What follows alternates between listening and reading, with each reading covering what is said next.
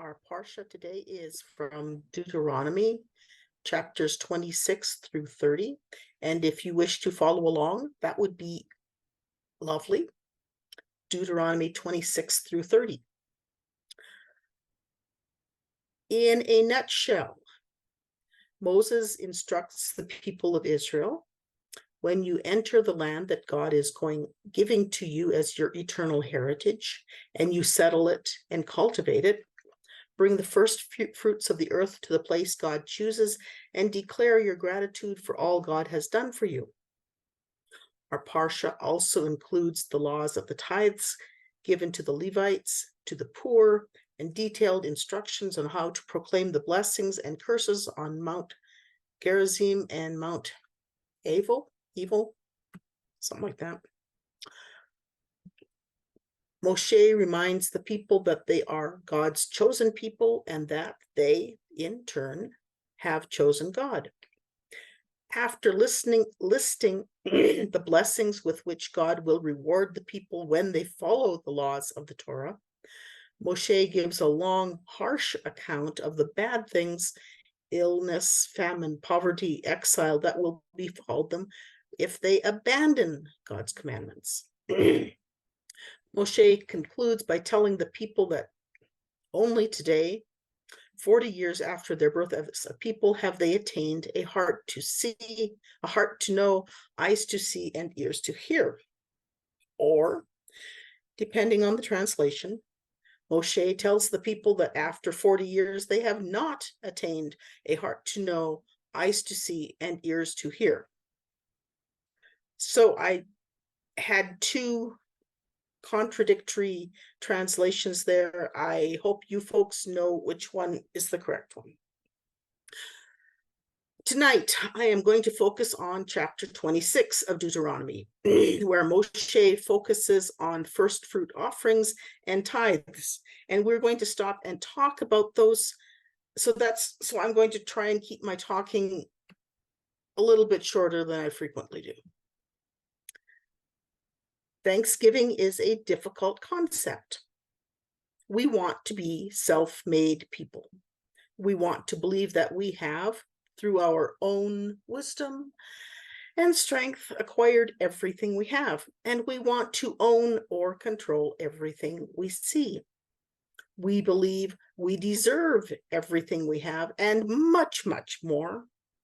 We want to be large and in charge, as that t-shirt says, receiving the admiration of all around us. We admire the rich and powerful because that's what we want to be like. We believe power and wealth is our due and the world owes it to us. Thanksgiving is hard. When we give thanks, we acknowledge that we did not accomplish everything by ourselves. We are recipients.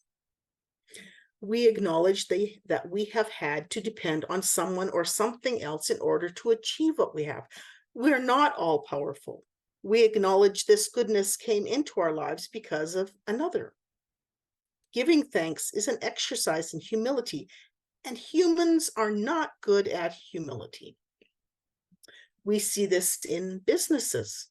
When the executives are given several $1 million per year and believe they deserve this lifestyle and more, because the world owes this to them, because of how wonderful they are.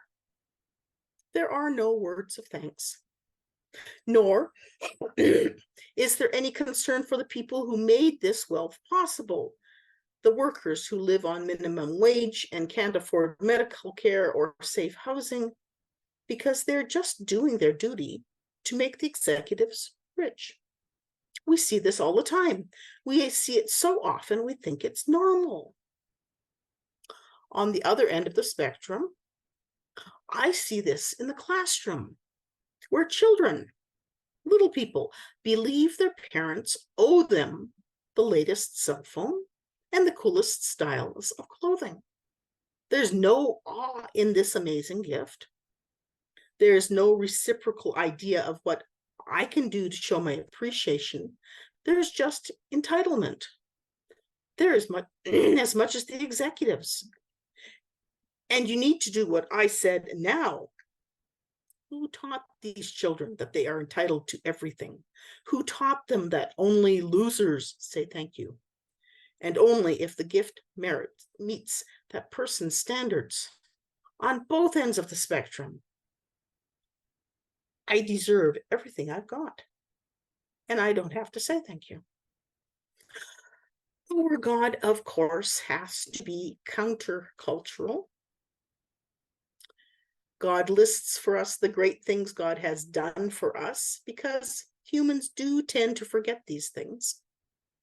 And then God directs us to acknowledge that all good comes from God and we are to give thanks. Oh, my stars. And further, God has a specific way we are expected to show our thanks. You know, it's almost as if God already knows how ungrateful humans are and how reluctant we are to give thanks, and already has a plan to deal with it. Who'd have thought? Our parsha begins with these words. I'm starting at verse 26. No, I'm starting at verse 1 of chapter 26. Blah, blah, blah. When you have entered the land the Lord your God is giving you as an inheritance, and have taken possession of it and settled in it, take some of the first fruits of all that you produce from the soil of the land the Lord your God is giving you, and put them in a basket. Then go to the place the Lord your God will choose as a dwelling for his name, and say to the priest in office at that time, I declare today to the Lord your God that I have come to the land the Lord swore to our ancestors to give us. The priest shall take the basket from your hands and set it down in front of the altar of the Lord your God. Then you shall declare before the Lord your God, my father was a wandering Aramean, and he went down into Egypt with a few people and lived there, and became a great nation, powerful and numerous. But the Egyptians mistreated us and made us suffer, subjecting us to harsh labor. Then we cried out to the Lord, the God of our ancestors, and the Lord heard our voice and saw our misery, toil, and oppression. So the Lord brought us out of Egypt with a mighty hand and an outstretched arm, with great terror and with signs and wonders. He brought us to this place and gave us this land, a land flowing with milk and honey. And now I bring the first fruits of the soil that you, Lord, have given me. Place the basket before the Lord your God, bow down before him. Then you and the Levites and the foreigners residing among you shall rejoice in all the good things the Lord your God has given you and your household. I love that. The people of Israel were directed to offer to God the first fruits of all that is in their land. Because God is sovereign in possession of all things, the entire produce of the land and the people actually belong to God already. When the people bring the first fruits to the altar, they acknowledge God's ownership of everything, not merely what's left over after they meet their own needs. By bringing the first fruits before making use of the rest of the increase themselves, they express respect for God's sovereignty, as well as the urgent hope that God will bless the continuing productivity of the labor and resources. The offering of first fruits is something entirely different than the tithe. Tithe is 10% of the total income, decided upon after harvest is in. First fruit is the agricultural name for the beginning of the harvest. As somebody who has grown vegetables and fruits, the fruits and the vegetables at the beginning of the harvest are frequently not as delicious as the ones at the end of the harvest. The idea behind first fruits is to give away some of the best fruit to God by giving it to those who have none, in praise and thanksgiving for the great harvest God will give us. I have no idea how this would work in a field of grain. As at least the ones that I know, are all harvested at the same time. First fruits of carrots and zucchini, I can definitely understand. But not grapes, which I tasted daily when we had grapes back in Vancouver. I tasted them daily to know when the peak of flavor had arrived and when they were ready to cut. So I'm not sure how to give the first fruits of grapes when I've been eating them for 2 weeks, waiting for to know when the harvest was ready. Carrots and zucchini, though, that's good for first fruits. So I want to pause here and ask you, how do you celebrate and participate in the offering of first fruits? I don't think all of you are farmers. In fact, I think very few of you are farmers. How does someone who does not grow fruit celebrate this offering? So, 10 minutes, tell me about this. I haven't a clue. Obviously, we're no longer in an agricultural society. Right? But every time I get a paycheck, it is a first fruits for me of that particular paycheck. And so I give based off of that. While we're talking about the holiday of first fruits, this is a little different story. But as far as our offerings go, you got to remember, in the agricultural society, they had a first. Even here in Montana, they have a first cutting, a second cutting, and sometimes this year with all the rain, they've actually had a third cutting. But the first cutting That would was be alfalfa, yes. far and above better than the next two, right? Because a lot of the nutritional value has gone out of the hay compared to the first one, to the second one, to the third one. And the length of the grass and all that is a lot different. It's really, you can see it when they're baled up and you look at the bales, you go, oh, that was the first cutting, that was the second cutting, that's the third cutting. And they're priced accordingly. First cutting roll is $200, a second one's $150, and a third cutting is only $100, right? Because the nutritional value to the cows is different. And so to a So we're farmer, still looking at agricultural stuff. for me, that is where his first fruits is. I don't pay it in the Okay. I was just wondering if we had some thoughts about how to do first fruits when we're not in an agrarian society. Maybe this is something that's sort of fallen by the wayside and we need to spend some time thinking about. Anyway, I didn't have any thoughts on that, and nothing I read talked to that. So I thought I'd just plumb your ideas to see what you thought about that. Let me explain to you. Actually, there is a little hog in the Messianic Jewish community concerning first fruits, because remember, Pesach, the night, the 15th, the night of Pesach, and then we start the Feast of Unleavened Bread, and on the second or third day, depending upon where you're counting from, is actually called Omer Rashis, or the first of the Omer, and that is considered the first fruits because that's believed that Yeshua, who is our first fruit, who has been risen, that is an actual hog. That's many Messianic Jewish folks observe. So that's how I would see it clearly. Okay, thank you. One thing I think of is time. It's one of the hardest things for me to give. And time, excellent.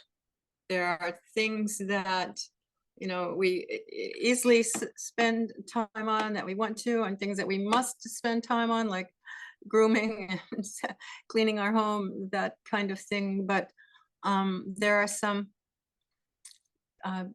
big sections of my life which I'm committed to giving to. I want to give to for time, but sometimes it isn't convenient or the most thing I want to do at that moment.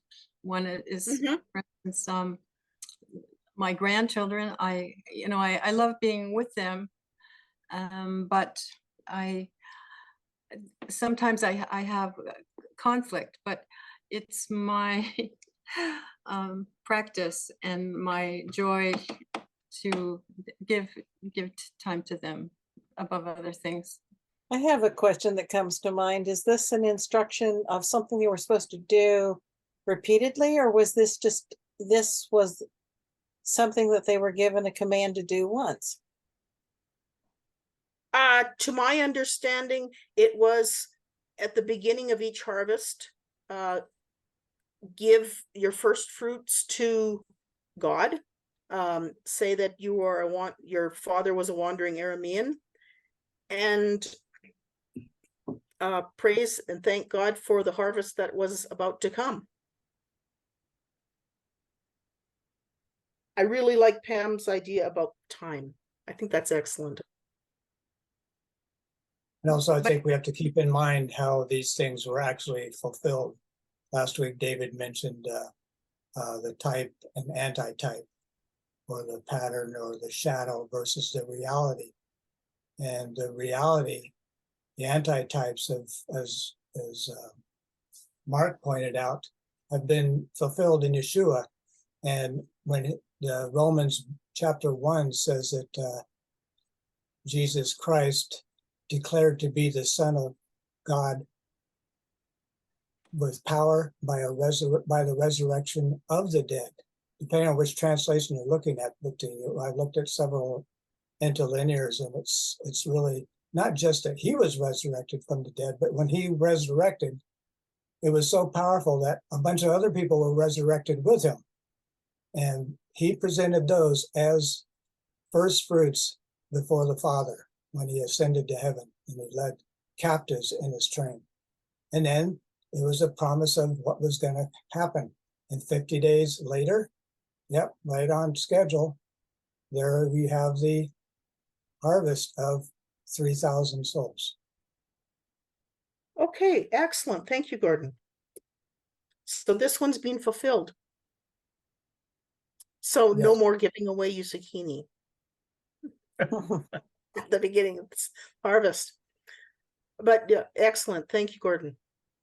I think it's good to remember the days and keep in mind, yes, those things were shadows and types, but also it's there. We still observe it in a way to constantly remind ourselves, just as they were to remind themselves of their history, we're to remind ourselves of salvation history.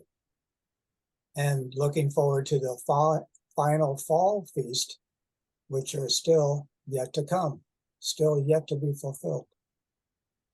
And we don't want to do like the early believers who were simply looked at the types and the patterns and had no concept of the reality. And so when they actually happened, they didn't see the connection and missed it.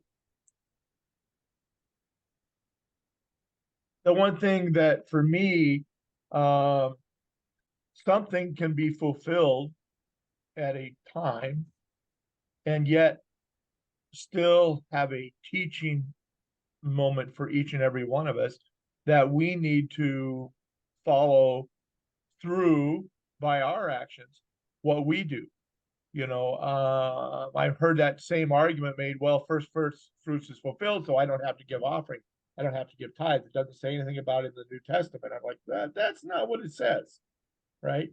So We're going to get into tithes in just like 5 minutes. yeah, but it can be, well, I mean, offerings. I'm talking about offerings, not necessarily tithes. But and that's the reason you don't have to do that. And I'm like, well, that's not exactly what New Testament says, you know. Okay. We discussed tithes back in Deuteronomy 14. We discussed that we take the tithe to the place where God has chosen, and we eat and drink the tithe in God's presence in that place, and invite the poor and the orphans and those who have no land, as in the Levites, to enjoy the tithe with us. Each third year, the tithe is to be shared with the poor, the orphan, the widow, the foreigner, and those that do not have land in one's hometown. In today's passage, after the directions regarding the first fruits, only the tithe that is given to the poor in one's hometown is mentioned. I thought that was just really interesting. It reminded me When I was taught about tithing as I was growing up, there was a strong emphasis that tithing was all about money, and we owed God 10 cents out of every dollar we had, or 1 cent out of every dime we had, and it had better all be put in the offering plate. I heard nothing about using the tithe for the poor and underprivileged.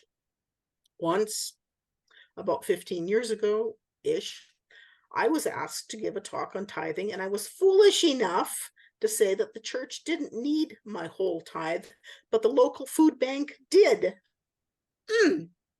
Those words did not go over well with some of the members of that congregation.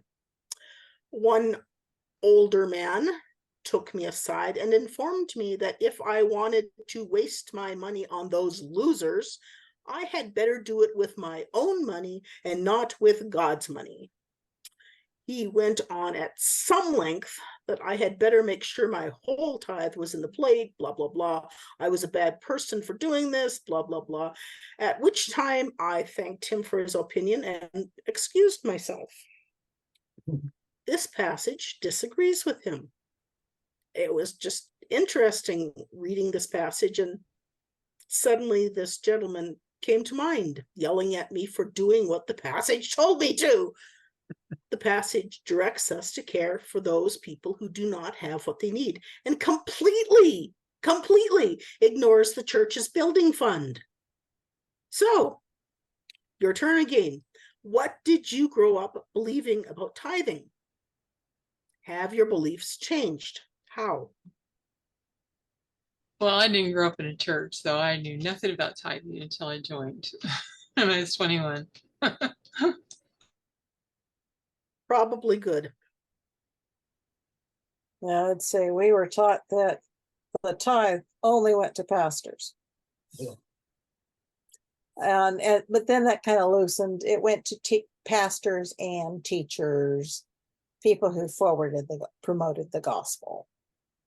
But initially, as a little tiny kid, I thought it was only for pastors.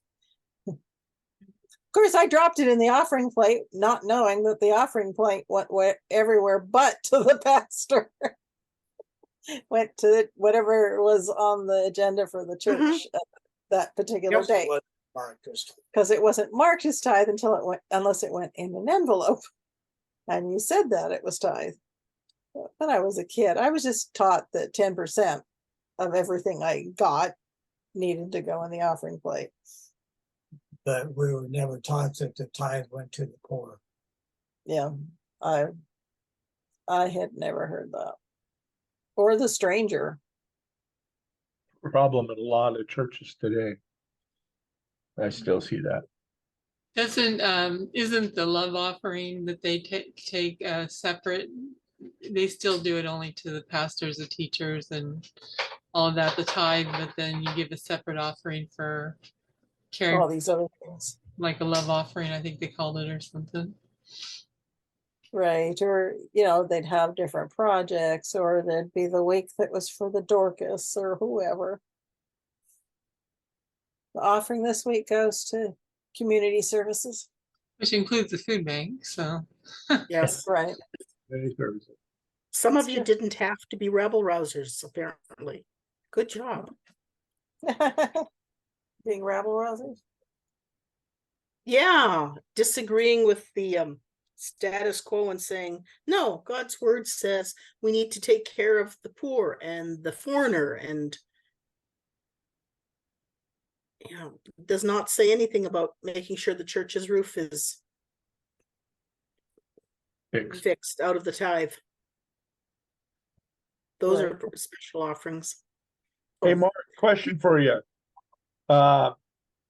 Obviously, you have a synagogue.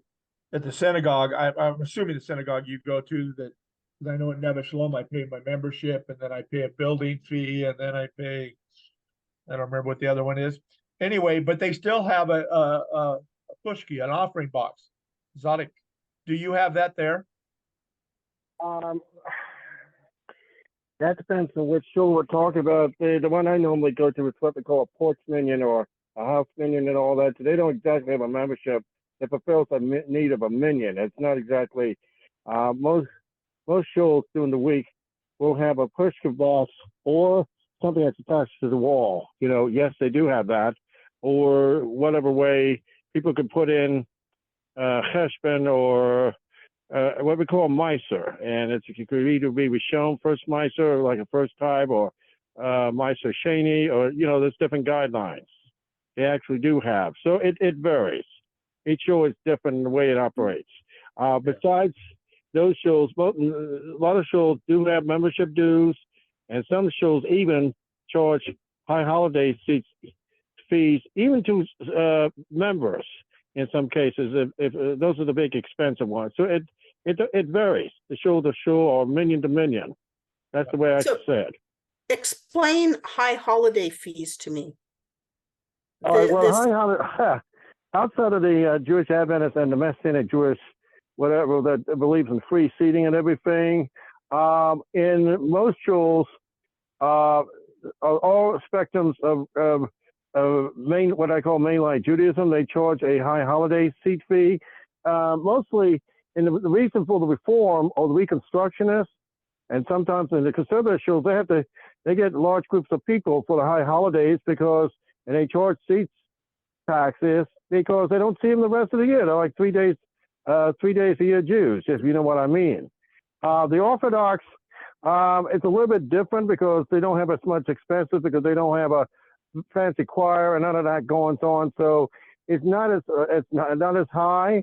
But I mean, maybe it's an operating budget. It depends. A minyan, in the Orthodox minyan, some of them don't even charge seats at all. They're just happy to get 10 Jewish men to fill a minyan for anything. So, but by and large, in the non-Messianic world, they do charge a fee because they don't see the people the rest of the year, if you get the idea, in the non-Orthodox world. Neva Shalom. So my yearly is $4,200. And then if I want a high holiday, if I'm going to be there on the high holidays, I think because I live here, it's $150. If I was living closer, it'd be more. It's because so many Jewish people don't go week to week and give an offering. And so Neva Shalom will seat, I think, total 5,500 people, but it has a membership of 15,000.